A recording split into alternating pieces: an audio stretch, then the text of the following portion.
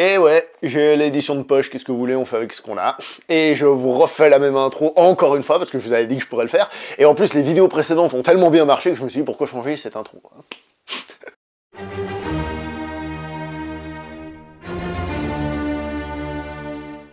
Bonjour à vous les cinéphiles et bienvenue pour cette nouvelle critique en post-projection. Cette fois, nous allons parler aujourd'hui de Dragon 3, le monde caché, How to Train Your Dragon 3, The Hidden World. L'anglais, c'est extraordinaire. Bref, troisième volet donc de la trilogie Dragon, et c'est un volet qui ferme cette trilogie. Avez-vous déjà entendu parler de la malédiction des trilogies? C'est un truc dont j'ai entendu parler et dont j'ai jamais été réellement un adepte personnellement, mais il faut avouer que ça s'applique plus ou moins dans ce film. Alors la malédiction dit en gros que le troisième d'une trilogie est toujours mauvais. Je me souviens de John McTiernan qui expliquait par rapport à la trilogie Die Hard, donc il a réalisé le premier, ensuite quelqu'un d'autre a fait le deuxième, et quand lui il a fait le troisième, eh ben il devait créer quelque chose de nouveau. Là où le 2 a juste à reprendre la formule du premier, pour le troisième il faut créer quelque chose de nouveau. Et c'est un peu ce que ne fait pas ce film. Donc je suis un petit peu bloqué au niveau de la note, parce que le film il est bien, franchement il est bien, et je vous conseille d'aller le voir, mais je ne sais pas à quelle note lui donner. J'ai envie de lui donner une grosse note pour que ça colle aussi avec les précédents. C'est peut-être un petit peu élevé, mais en même temps, il serait pas loin de la mériter. Donc j'hésite entre un 8, qui serait totalement mérité, comme le premier, et un petit 7, parce qu'il y a un petit truc en moins, mais quand même, c'est bien quand même, parce qu'il y a aussi un petit truc en plus. Donc comme vous voyez, pas besoin de vous expliquer, hein, vous voyez où est l'hésitation, vous savez à peu près quelle est la note, alors allez, ukulélé, soyons sympas, soyons des grands enfants, allez, on va être cool, 8 sur 10, comme ça je lui donne une grosse bonne note, et puis comme ça les gens diront en effet que je suis dans une bonne période côté note, et ça continue un petit moment. Encore une fois pour ce film, Dean DeBlois est tout seul à la réalisation, contrairement au premier film où il était avec quelqu'un, c'était une co-réalisation. Le second et celui-ci donc sont réalisés simplement par lui tout seul. On va commencer par parler de l'aspect visuel pour dire qu'il est encore une fois waouh. Waouh, on s'en prend plein la gueule, c'est vraiment magnifique.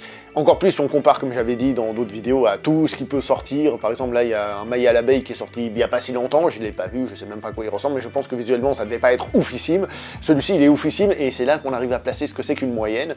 C'est vraiment très bien. Cependant, malgré qu'il y a en effet plein de plans où on fasse « Waouh, qu'est-ce que c'est beau visuellement !»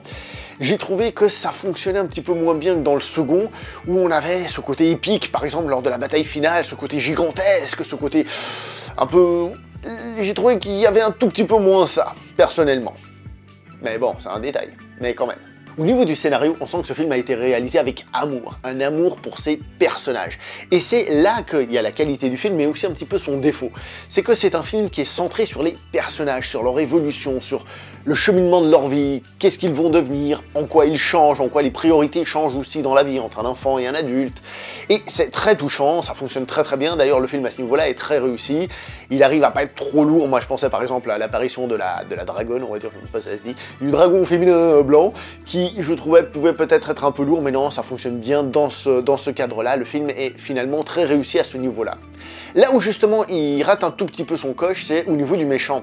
Parce que le méchant finalement est un méchant un peu lambda, quoi. C'est je suis méchant parce que je suis méchant, et je suis là parce qu'il faut qu'il y ait un petit peu d'aventure, un petit peu d'action pour permettre d'enrober l'histoire principale de quelque chose d'un petit peu plus visuel, d'un petit peu plus cinématographique, on va dire. C'est pas un défaut évidemment, c'est même plutôt une qualité que ce soit là et que ça permette de dynamiser le film, mais en tant que tel, le méchant est pas non plus oufissime. Surtout que l'univers général a déjà été développé dans les deux premiers films, c'est-à-dire on a dans le premier film les Vikings contre les dragons, on va dire, dans le second les Vikings et les dragons, et là finalement on a encore les Vikings et les dragons. Alors on a une espèce d'évolution en effet, comme j'ai dit, au niveau des personnages, de la situation, de comment les choses évoluent, mais le film finalement ne nous raconte rien de réellement nouveau en plus. L'univers était déjà planté, il n'y a pas une nouvelle donne qui vient changer exactement tout ça, et donc c'est un petit peu dommage. On pourrait espérer un tout petit peu plus, je trouve, pour ce film à ce niveau-là. Qui plus est, s'il faut rentrer dans les défauts, mais c'est des petits trucs, hein. Je trouve que ce film, d'une certaine manière, contredit un peu le film précédent. Enfin bon, ça c'est normal, hein. Je veux dire, quand on a un nouveau film qui n'a pas été pensé à l'avance, parfois on se dit « Ah tiens, je vais rajouter un élément ». Et là, la contradiction qui est rikiki, qui n'en est même pas une pour certains, je vois déjà les commentaires, vous en faites pas, c'est par exemple quand il est enfant, donc le héros principal, et qu'on lui dit voilà, il y a ce monde caché, ce monde où vivent les dragons, etc., etc. Dans le premier film, on est en train de dire oh, on a trouvé le nid, on va les massacrer, donc genre il y a un nid à dragons. Dans le second, il retrouve la mère dans un univers de dragons, dans un truc de dragons. Je me suis dit bah pourquoi ce serait pas ça, ce monde caché, Et donc du coup, je trouve que cet apport en plus fait un petit peu rajout.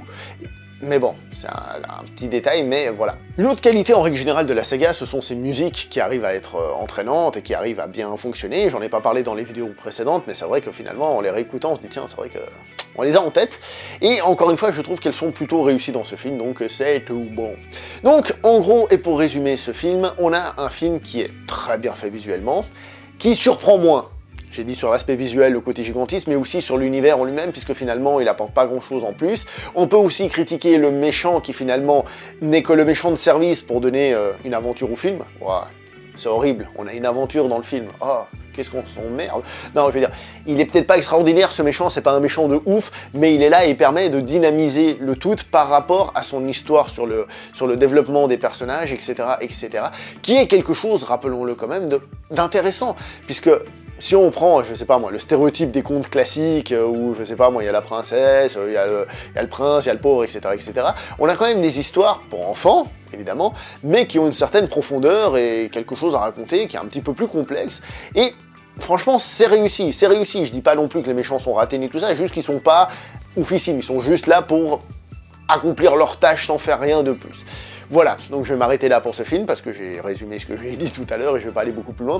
Est-ce que je vous conseille de le voir? Bah pour les enfants, évidemment, oui, hein, la salle, elle était blindée, mais blindée. Et il y avait beaucoup d'enfants, et ils ont pris un plaisir, mais monumental, franchement, c'était... ça se voyait à la sortie, ils étaient à fond dedans, ils arrêtaient pas de parler du film et tout. J'adore cet aspect des enfants, donc oui, je vous recommande surtout pour les enfants. Pour les grandes personnes, vous pouvez y aller sans autre, surtout si vous avez aimé le premier et le second, parce que celui-ci est clairement une conclusion qui est touchante, émouvante au sujet des personnages. Évidemment, je dis que c'est la conclusion d'une trilogie, mais ça veut pas dire que si ça gagne beaucoup d'argent, ils pourront pas faire de suite, hein, quand même. Hein, sait-on jamais, c'est pas impossible. Mais je trouve que à l'heure actuelle, cette trilogie fait vraiment quelque chose de bien, et qui en plus sait s'arrêter. Ou en tout cas, elle propose une fin possible, et c'est-à-dire que même s'ils en sortent 25 autres, on peut dire voilà, moi je m'arrête là. Je pense par exemple à une autre saga de DreamWorks que j'ai adorée, surtout au début, à savoir Shrek, et qui a fini dans un état pathétique, hélas. Voilà, c'est tout pour cette vidéo. N'oubliez pas de liker, commenter, partager, de vous abonner, voilà, je le mets dans le truc. Dites des choses passionnantes, comme ça c'est mieux. Pas trop longue, sinon après il faut que je réponde. C'est une blague. Lâchez-vous, on se voit prochainement pour une prochaine vidéo. Jusqu'à là, s'il vous plaît, évidemment, portez-vous bien, soyez pas malades, ça peut être utile quand même. Ciao tout le monde, hasta la vista baby.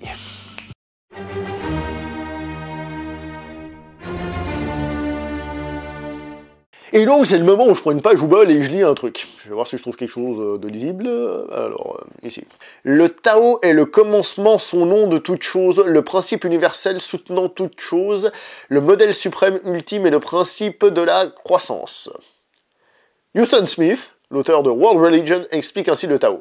La voie de l'ultime réalité, la voie du principe derrière toute vie, la voie selon laquelle un homme doit ordonner sa vie afin de l'accorder avec les règles qui régissent l'univers. Bien qu'aucun mot ne puisse rendre compte de son sens, j'utilise le mot vérité pour désigner la vérité derrière le Kung-Fu, la vérité que chaque pratiquant de Kung-Fu se doit de suivre. Il y a des trucs plus faciles d'accès, mais là ça fait un peu... présenté comme ça, je trouve ça fait un peu branlette intellectuelle, hein, mais c'est pas inintéressant non plus, disons les choses comme elles sont. Allez, bon, on va s'arrêter là, parce que juste cet extrait ne vous sert à rien. Allez, ciao tout le monde.